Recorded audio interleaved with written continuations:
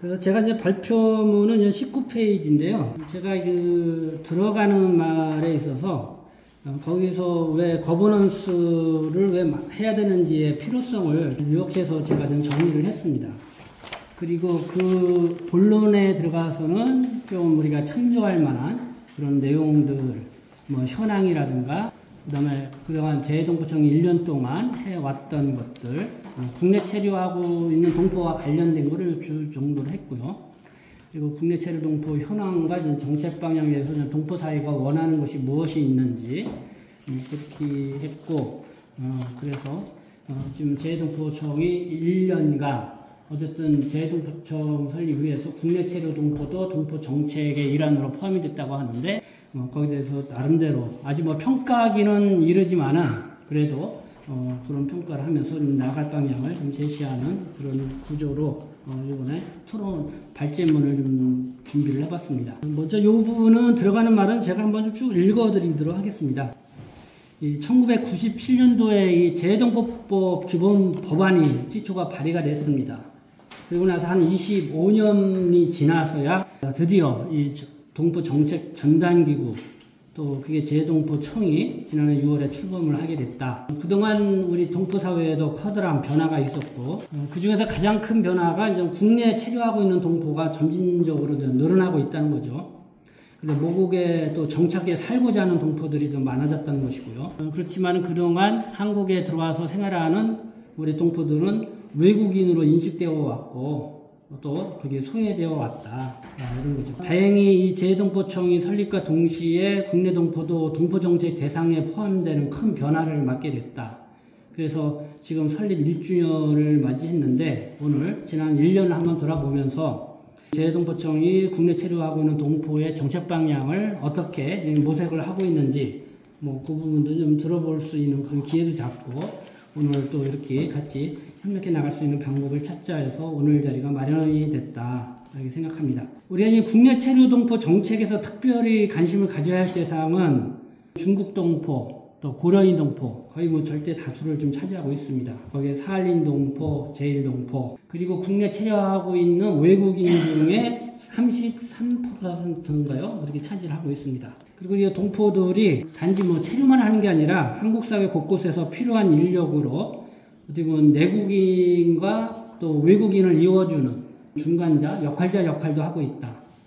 그리고 또 좀 글로벌 시대에 걸맞게 이 국제교류, 뭐 우리 중국 동포는 한중 간에, 또 우리 고려인 동포는 러시아라든가 CIS 국가 간에 이런 그런 교류의 인적 자원으로 상당히 성장을 하고 있다. 그렇지만 여전히 모국에 왔지만은 소외된 동포들이 많고, 또 내국인들이 여기에 따른 동포에 대한 이해도가 좀 낮기 때문에 편견까지 있어서 오히려 한국에 와서 동포들이 정체성 혼란을 겪는 그런 상황들을 볼 수가 있습니다. 지금 재해동포청이 좀 출범을 했지만은 사실 국내 체류하고 있는 동포 정책과 관련돼서 현실적으로 부딪히는 장벽이 나는 높을 거라고 생각합니다. 그래도 이 주어진 여건, 역량 이런 걸 효율적으로 잘 발휘해서 이 국내 체류 동포들의 상황이 좀 나아지고 모국에 대한 또 고마움과 자부심을 가질 수 있도록 최선을 다하는 것이 상당히 중요하다. 그렇게 하려면 국내 체류하고 있는 동포에 대한 이 중요성에 대해서 상당히 인식을 가져야 된다, 이렇게 생각이 듭니다. 그래서 어떻게 해야 할까? 그래서 제가 볼 때는 재해동포청이 이제는 고민을 해야 할 중요한 과제다. 마침 그 이상덕 지금 어떻게 보면 신임 청장이라고 할 수 있죠. 뭐 제1회 청장님께서 국내 동포 정착 지원을 새 아젠다로 삼겠다고 이렇게 말씀을 하셨습니다. 그래서 그동안 이 동포 지원 활동을 펼쳐온 시민단체, 전문 활동가, 연구자, 그리고 동포 당사자 단체들과 함께 논의장이 앞으로 좀 많이 좀 생겼으면 좋겠고, 그렇게 해서 국내 체류하고 있는 동포의 정책 방향이 함께 좀 모색해 나갔으면 좋겠다, 이런 생각입니다. 그래서 이 국내 체류하고 있는 동포 문제는 사실 해외 거주하고 있는 동포와 좀 다른 점이 많다고 생각합니다.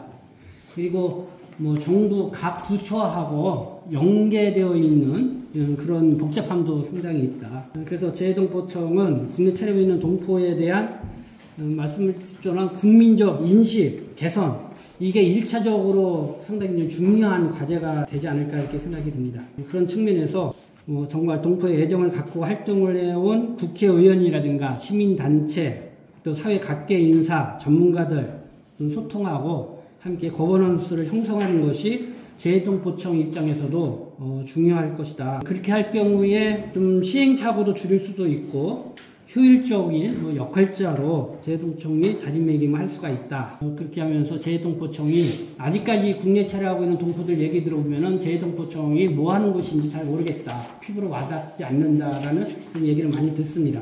그러니까 아무래도 이 존립 가치라 그럴까요? 이것이 여러 사람들이 함께 필요성이 느껴질 때 재동포청도 지속적으로 어떤 동포 전당기구로서의 존재 의미를 높여갈 수 있지 않을까 이렇게 생각합니다.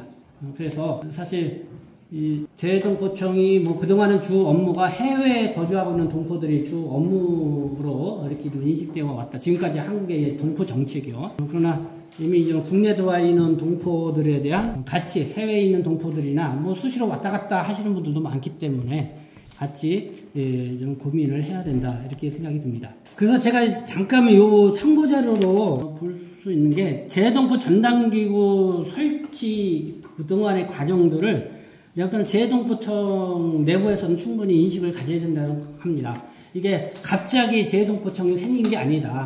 이 30년 전부터 정말 재동포 기본법을 만들어야 된다. 동포 전당기구가 필요하다는 게 우리 시민사회단체, 동포 단체, 지원단체도 숱하게 요구해 왔고, 그러다가 여러 어떤 그런 과정 속에서 오늘의 재동포청이 설립이 됐다. 그렇기 때문에 재동포청이 성공적으로 정착을 하기 위해서는 정말 지금까지 이렇게 염원을 해왔던 그런 시민사회의 어떤 이런 수건사업과 같은 이런 게 한 가닥의 어떤 결실로 맺어진 거라고 생각을 하시고 이들의 이야기를 좀 귀담아 듣고 함께 나가는 거에 필요하다 이렇게 생각이 듭니다. 그리고 이 재동포청 지난 1년 동안 쭉 보니까요, 저는 100일을 맞이하면서 국내 체류 동포 지원 로드맵, 물론 국내 체류 동포뿐만 아니라 동포 정책을 어떻게 나갈 것인가 로드맵을 발표를 했습니다.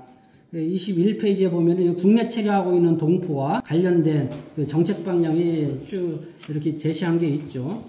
그래서 국내 체류하고 있는 동포 지원을 위한 인프라 구착이라든가 출입국 체류 관련 제도 개선이라든가 또 취약에 있는 동포 지원 구축 방안, 또 동포들의 인식 개선을 위해서 국내 교과서에 수록하는 이런 내용들이 있는데, 사실 일단 토론회 시간 되면 이런 게 좀 어느 정도 이렇게 좀 진척되어 있는지 그런 얘기를 좀 들어보고 싶고요. 그리고 처음에 이제 이기철 총장이 있을 때는 일단은 한방마을, 고려인 동포마을 현장 탐방이 갔다 왔다는 그런 게 있고, 그리고 1주년을 맞이해서 재동포하고의 또 대화의 시간도 가졌습니다. 그래서 늘 강조한 게 동포 사회의 대변자 역할을 하겠다. 그리고 또 울타리가 되어주겠다. 또 손톱못의 가시를 뽑아주겠다. 어떤 그런 참 동포들의 가슴을 울리는 그런 말씀들을 해주셨습니다. 근데 좀 아쉬웠던 거는 국내 체류하고 있는 동포 중에 중국 동포들이 많은데, 사실 중국 동포에 대한 언급이 그런 모임이 있을 때마다 또 이런 게 아직 빠져 있어요. 어쨌든 그런 부분들 있었습니다. 이상덕 제2대 총장님이 취임을 하면서 국내 체류하는 동포에 대한 새로운 아젠다를 만들겠다고 했으니까요. 그런 부분에서 기대를 해보고요. 그래서 상당히 저는 1년을 평가를 한다고 하면은 국내 체류하는 동포 정책 방향 제시도 좀 어느 정도 큰 틀에서는 잘 해주고 있고, 이 관심도를 그래도 좀 높여가고 있고, 그래서 기대가 높다 이런 말씀을 드리고 싶습니다. 그래서 여기에 따라서 이제 국내 체류하고 있는 동포에 대해서 재동포청 내에서 실질적으로 여기에 관심 갖고 움직이는 담당 직원이 누구이고, 담당 부서가 누구이고, 그리고 어느 정도의 역량을 갖고 있는지는 아직 저희들이 아직 정확하게 모르고 있습니다. 그래서 저는 그런 부분에 있어서 좀 말씀 좀 해주셨으면 좋겠다 이런 생각이 들고요. 그리고 잠깐 국내 체류 동포 현황과 말씀드릴 때, 아까 김민철 기자님이 그 재동포 수 708만으로 줄어들었다. 그 줄어드는 이유가 중국에 있는 중국 동포들이 국내가 제3국으로 아마 재미동포, 일본이나 미국으로 간 조선족 동포들이 한 20만 명 가까이 되는데, 아마 그 숫자가 좀 이렇게 줄어든 그게 있는 것 같은데, 과연 그 숫자를 재동포 우리가 그 관리하는 숫자에서 빼는 게 낫겠는가, 뭐 그런 논쟁도 좀 있을 수 있겠다는 생각이 듭니다. 그리고 이제 국내 체류하고 있는 동포들도 물론 한국 국적으로 많이 넘어갔지만은 우리가 크게 이제 재외동포 범주에는 재외 국민도 들어가 있습니다. 그렇기 때문에 국내에서 한국 국적을 취득하신 분들은 어느 정도 우리가 좀 관심 속에 있어야 된다. 왜냐면은 한국에서 이 생활권은 중국이나 고려인동포나 마찬가지예요. 한국 국적을 있다 하더라도 우리와 그 커뮤니티 속에서 같이 움직이기 때문에, 그리고 실제적으로 그 커뮤니티의 어떤 지원단체에서 몸담고 많이 활동을 하고 있기 때문에 국내 체류하면서 국적을 이렇게 취득하는 사람은 어느 정도까지는 우리 동포 개념에서 같이 논의를 해 볼 필요가 있다, 이런 생각이 듭니다. 그런 부분이고요. 그리고 뭐 여기 참고에는 저희가 한번 제한 중국 동포들에게 묻습니다라고 설문조사도 좀 해본 게 있어요. 그래서 좀 그거는 좀 참조해서 보시면 좋을 것 같고, 결론적으로 제가 다시 한번 좀 말씀을 드리고 싶은 거는, 어쨌든 재동포청이 여러 가지 국내 체류하고 있는 동포의 좋은 뭐 대변자로서 또 정책 조정자로서의 역할을 하고, 그렇게 하면서 어쨌든 재동포청이 이렇게 존립하고 있다는 가치를 이렇게 느낄 수 있게끔 하기 위해서, 그렇게 하려면은 어쨌든 국내에서 활동하는 시민단체, 동포 지원 활동하는 사람들과 같이 협업하는 게 필요하다. 아까 좀 지자체하고 좀 많이 말씀을 하셨는데, 지방자치단체, 지방정부도 마찬가지예요. 공무원들이 자주 바뀌다 보니까 사실 그 지역에서 있어도 그 지역에 있는 동포 현안을 잘 몰라요. 그렇기 때문에 이게 거기에 지역에서 지금 지역 커뮤니티를 많이 형성하면서 거기서 활동하기 때문에 거기서 실제적으로 활동하는 자생단체와 지원단체들의 어떤 그런 직접 활동하는 사람들하고 계속 협업해 나가는 것이 필요하다. 이런 필요성을 가지셔야 된다, 이렇게 생각합니다. 네.